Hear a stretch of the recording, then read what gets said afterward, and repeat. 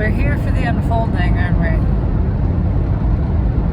We're here for the direct experience of our evolution as life. To experience ourselves feeling the preference of what direction it is that we want to move. And then the excitement of that direction opening, space opening over there because of our looking there, because of our directing our attention there, directing our attention because of our preference, feeling our preference because of our feeling the contrast, what it is we don't want, what it is we don't like. We know what it is that we do. And we look over there and we ask. We ask to go there. And that space opens, and then the rest of us fills it in. And it happens because that's just the way it works.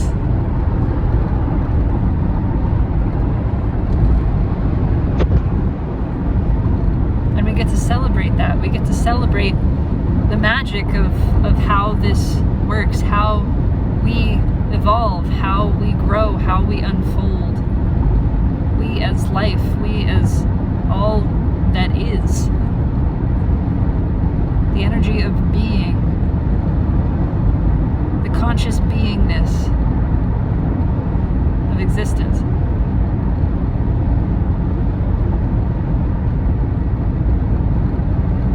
And the pain is beautiful. It is helpful. There isn't anything wrong with it. But the horror is real. It's not harmful.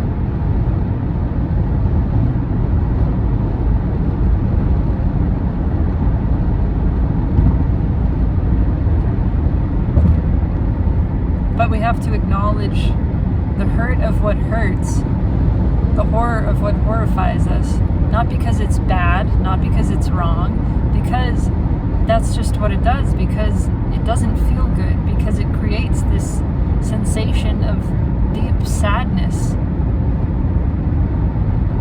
within us. And when we acknowledge that contrast and we feel the longing is buried in the pain in witnessing the hurt that has happened.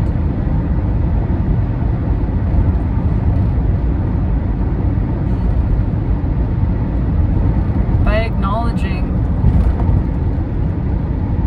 the reality of that, the hurt of horror and the horror of hurt. Again, none of it is wrong, but it is what it is. And in acknowledging that, we ask for something else. We ask for something other than this.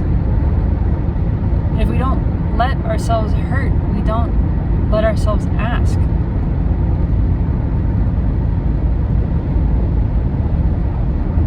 But I think we have been hurting and we have been asking. I think more and more points of consciousness, human people,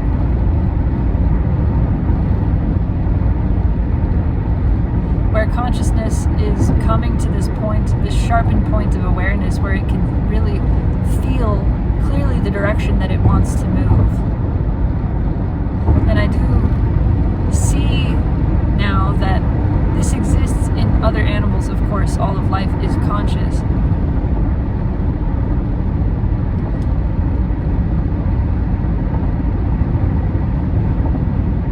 But many, perhaps all, other animals are playing the equally important role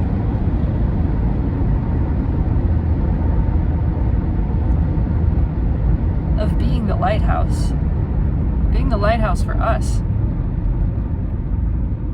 of receiving purely and remaining in, dwelling in the awareness of the well-being of all, predominantly there, almost entirely there, not shifting from that place, so that we can have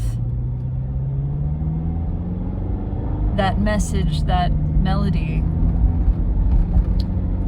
transmitted, relayed all around us, so that we can be surrounded by that. We, again, as consciousness, the same consciousness, having this experience, having the experience of animal, of plant, of sky, of the entirety of earth, same consciousness. And we are sort of playing this role of the overall sensory organs of life, to be the ears that are so precisely positioned, delicately positioned, that we can just hear, we can hear because we are being surrounded by the melody of life. The song that says everything is well. But to be just on the fringe, just facing enough away from that it's not the only thing that we hear.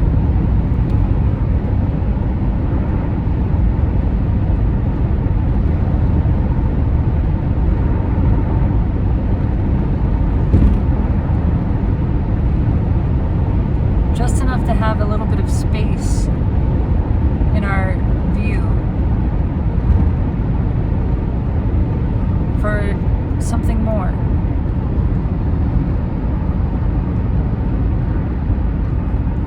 And I do feel that the human being is just the latest iteration of this, the latest version, the furthest most evolution right now on this planet.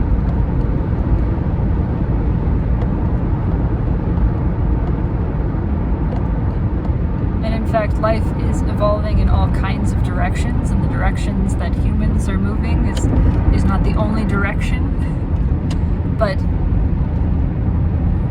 collectively we are pushing the boundaries. We are expanding beyond the limits of what we as life knew as possible.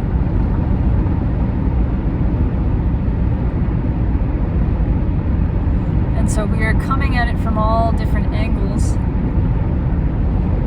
and all different angles are working towards the perception of ourselves in totality. The desire of consciousness to perceive itself, to experience itself more deeply, more intimately, more fully as possible. And of course, that which is infinite and eternal could never be perceived by a single eye, right? This more than 360-degree perspective, which we are, could never be seen by one eye, or even two or three or a dozen or 100 or 1,000,000. It takes infinite eyes, infinitely perceiving, to sense, to generate the sense. It's not exactly an image, it's more flexible than that. To sense infinite being, which we are.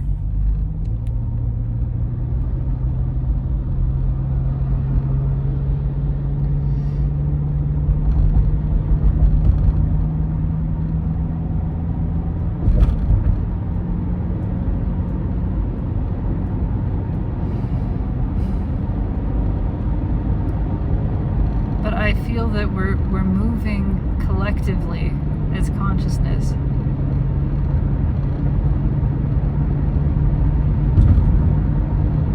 towards the desire that is not just the total perception of self or a greater perception of self as being,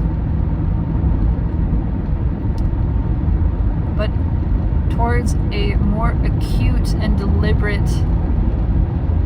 awareness of well-being, an awareness of peace. I see that the more war and the more pain and the more suffering that we have witnessed, and the more that we allow ourselves to directly experience the horror of that, the more we are asking, the more we are longing for all that is to know peace, and to know it consciously, not the ignorant innocence that we began as, but the awakened, deliberate return to innocence,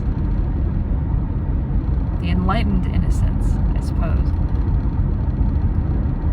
to move through the horrors of having created hell and return to,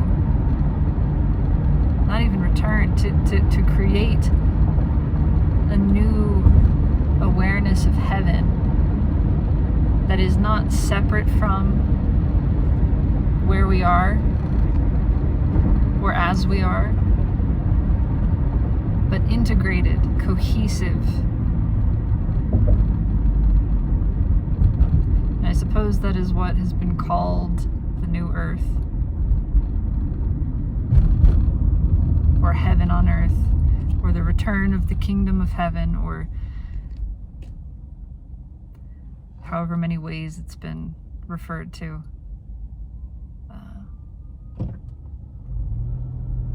We have a siren somewhere. There it is, other side of the road. I was here yesterday when literally the same spot when a fire truck came the other direction. And I was actually recording, but I didn't end up saving that video. So, and that was the one part that I wanted, that I was a little bummed wasn't going to be in it, because it was it was so clear that the message was help is on the way. Help is on the way. Even if you don't see it, you don't think it's coming, it's there, it's closer, it's faster than you think. Help is on the way. And that's still the message.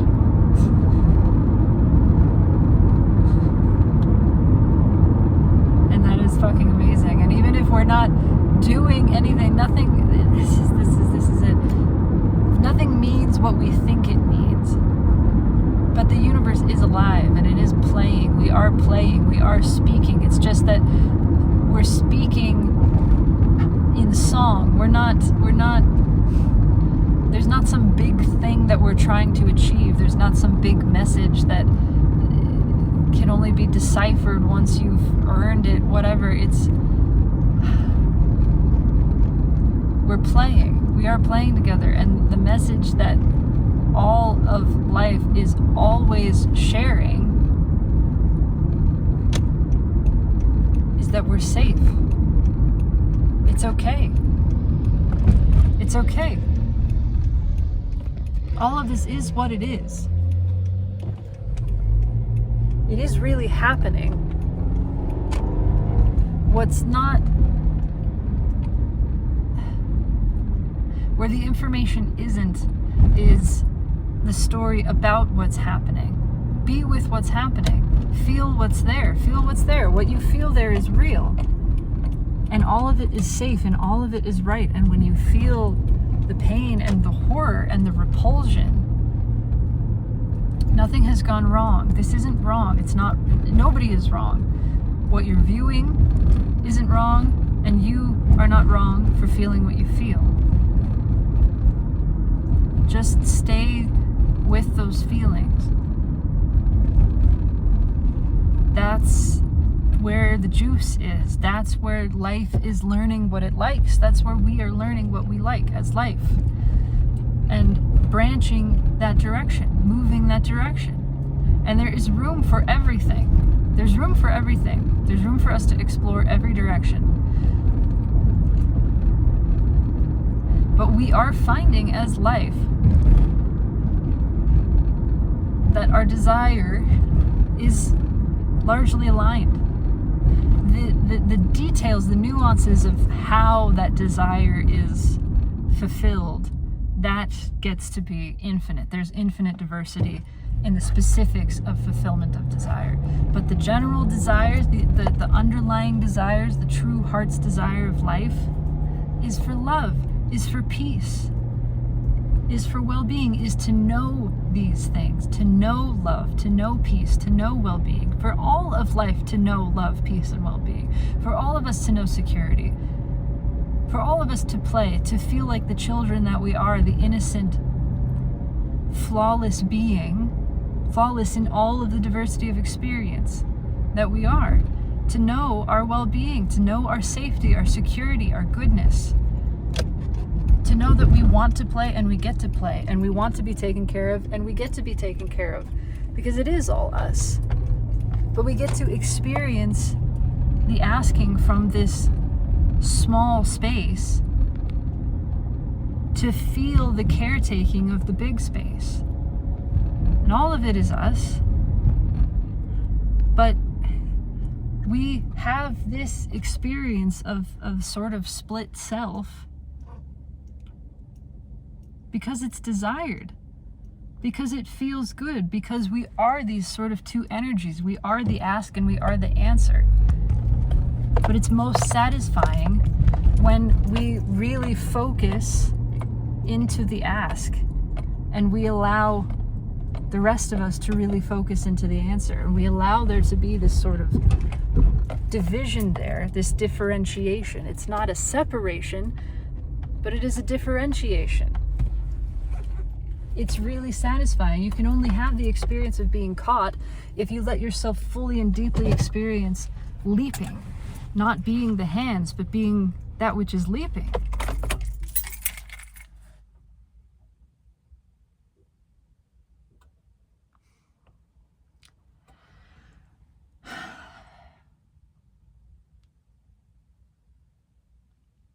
And here we get to do the leaping. Here we get to be the leading edge. We get to be the edge that is pushing forward into the unknown and asking for that to fill in. We get to be that which is expanding and receive the fulfillment, the filling in of that expansion. And that is satisfying. We get to be that. We are safe to be that fully. We are safe to be that which is pioneering, which is blazing the new trail, pushing through the thickets of the boundaries, of the limits of what we have imagined as possible. We get to imagine new possibility, and the rest of us is delighted in receiving that imagining, fully established in that role of receiving the ask and directly fulfilling it, filling in that space. There is the space that expands, and there is that which fills the space, and ultimately we are the same, but we want to experience ourselves as that, as the version that we are. That is satisfying. That is as it should be. That is safe. I have spent a lot of time trying to be the rest of myself, rather than being the fullness of the self that I am. Not the fulfilling side, the asking side. Trusting, that means trusting. That means trusting that I don't need to be all things. I don't need to be everything. I don't need to be the fulfillment, the fulfilling. I get to be the asking. And when I ask, guess what? I feel fulfilled. I still forget this. It took me a long time to realize it. When I ask, I feel fulfilled. In my asking, in my allowing of myself to be the asking, I feel complete. I feel whole. I feel fulfilled. And I see the rest of me moving into that space, not separate, and it's not a needing thing. It's so hard to describe. I feel fulfilled in being the asking when I allow myself to be that fully. And then I see the fulfilling happening, but it's like, yeah, that's you. And I'm so glad that's you. And that you get to be as you are. And I get to be as I am. And we don't need to be each other. Right? I don't need to be asking and fulfilling. I am fulfilled by being asking. And I see that you don't need to be asking. You are fulfilled by being fulfilling, by being answering. We'll say that. And so I was never incomplete. I never needed to be more than the asking, more than feeling, receiving, experiencing, and the natural asking that occurs from that. And when I allow myself to be that fully, when I allow myself to feel fully what is, without trying to change it, without trying to interpret it differently, to make it into something that I like more, or that feels less painful, when I let it be what it is and I let myself say, this hurts and this is hard and I don't like this, and that's purely what's there, I tune directly into the asking that is coming from that honest experiencing. And I see what it is that I'm asking for. And I know that it's already there. And I feel it.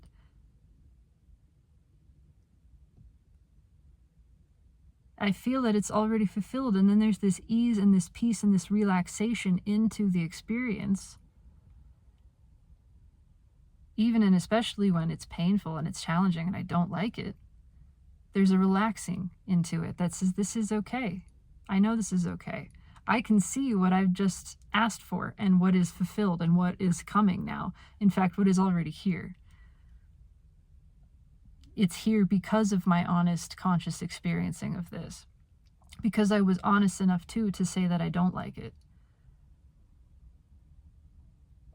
And I am asking for help with this. Because I've asked for help, I know that help comes. I know that help is on the way. I know that help happens.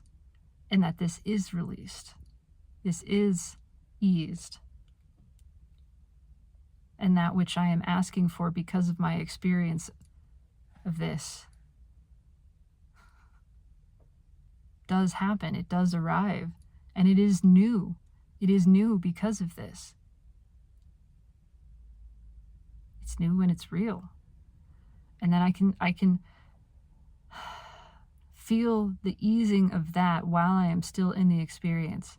And then at some point the tension does release, because tension happens and tension releases. Situations arise and situations resolve. It all moves in a cycle. And at no point am I really doing any of it. I'm not like doing the resolution. I'm not doing the easing. When I realize, when I stop resisting the tension, or the reality of the response, the internal feeling response to the situation, or actually the direct feeling of the situation, and I say, I feel the tension and it hurts and I don't like it. Or I feel the fear and the insecurity and it is frightening. And I am asking for safety and I am asking for relaxation.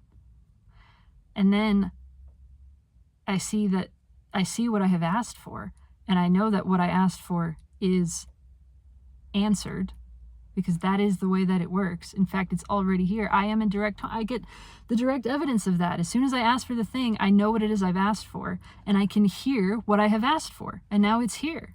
I'm hearing it. I'm feeling it. I have been responded to in this exact moment, and I know that just ripples out.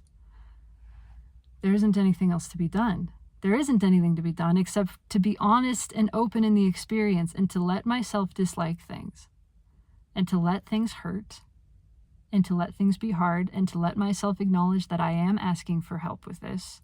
I am asking for ease instead of tension. I am asking for peace instead of war. But I had to directly experience and honestly experience the war and the tension in order to ask for those things. And so again, all of it is good. Nothing has gone wrong here. This is perfect. And the war comes and the tension comes, and it's not because I've done anything. It's just the way that it works. It happens. These things arise, situations arise, tension arises, so that I can ask for and feel the relief and the joy of resolution. And then I ask, and I know that it's coming, and I know that it's here.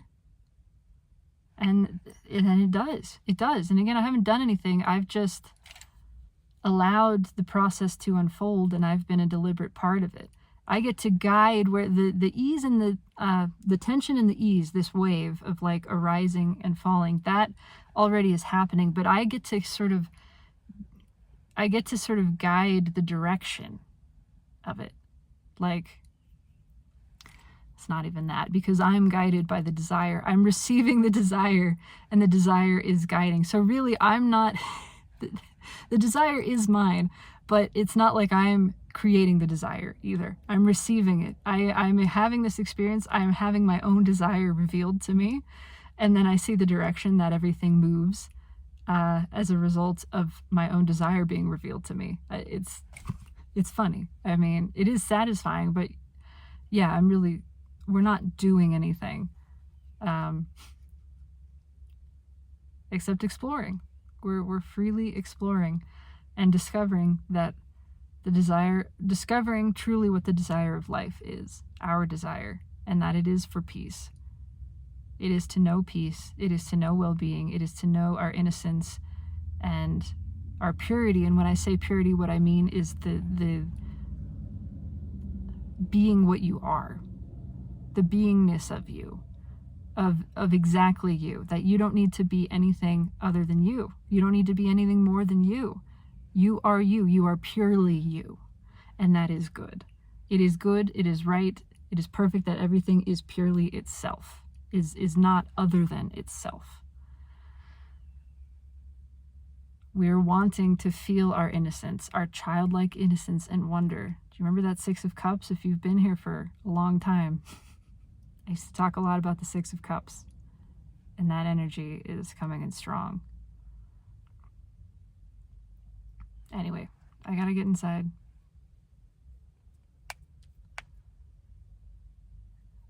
It is our desire to be as the children that we are. To be in the role of asking and receiving. There is no shame in that. There is no shame in anything that we ask for or anything that we receive. There is no shame in wanting to know that we are provided for, that we are taken care of, that our well-being is assured. There is no shame in wanting that and asking for that, in asking for peace, for joy, for that to be widespread, and asking for a resolution of the pain and the horror that we have been experiencing for millennia. There is nothing wrong with that. There's nothing wrong with anything.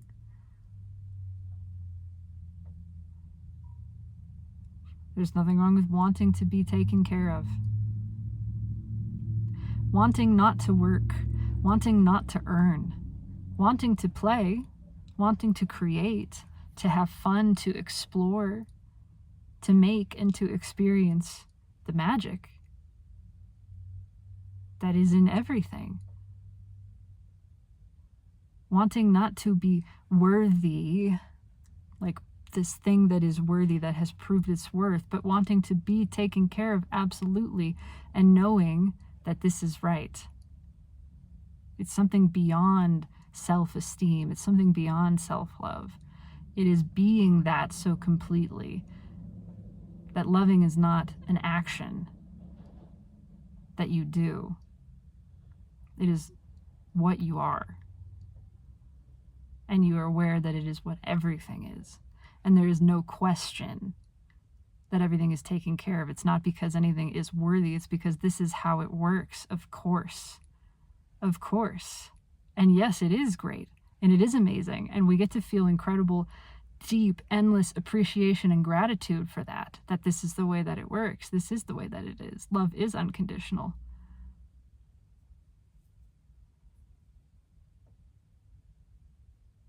Life is constantly filling in the gaps, and it's right that we are creating them. It's right that we are making space that we're moving into. It is right to ask. It is right to receive. It's not a moral thing. It's just right. It's right. This is the way that it works.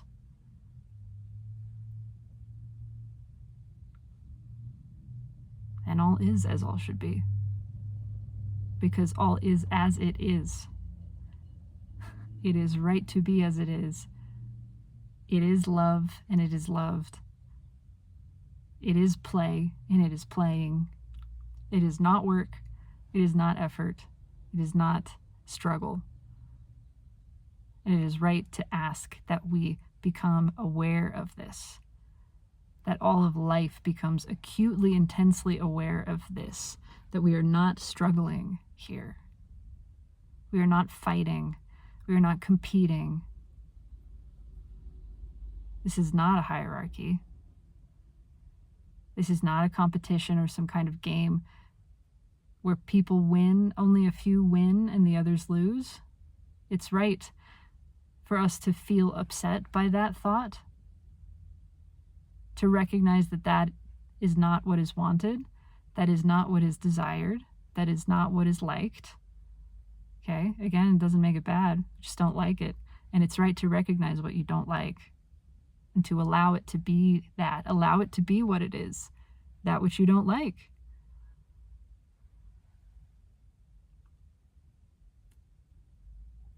And then to move directly from that into what it is that you do.